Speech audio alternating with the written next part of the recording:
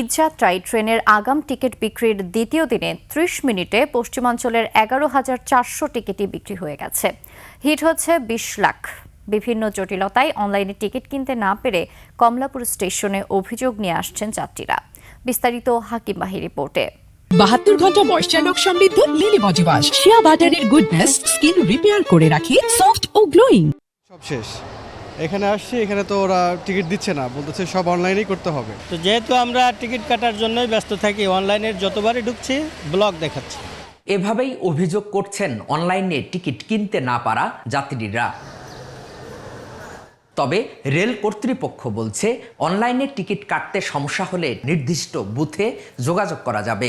অনেক যাত্রী আছে যে সার্ভারে ইন করলো, পেমেন্ট করতে যাওয়ার পেমেন্ট করতে পারছে না, ব্যাক করতেছে, এরকমও অনেক ঘটনা শুনতে পাওয়া যায়।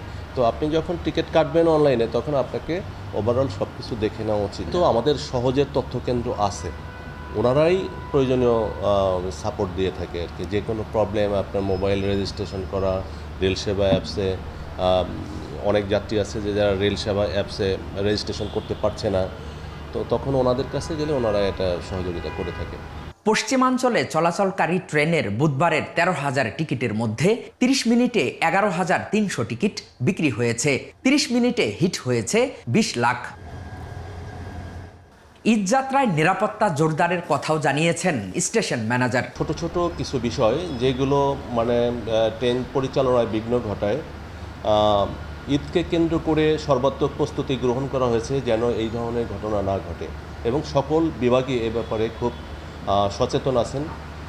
আশা করছি এই ধরনের ঘটনা ঘটবে না। দুপুর ২টা থেকে পূর্বাঞ্চলে চলাচলকারী ট্রেনের আগামী ১৪ মার্চের ১৬,০০০ অগ্রিম টিকিট মিলবে বলে জানিয়েছে রেলওয়ে কর্তৃপক্ষ। হাকিম মাহি, ২১শে টেলিভিশন, ঢাকা।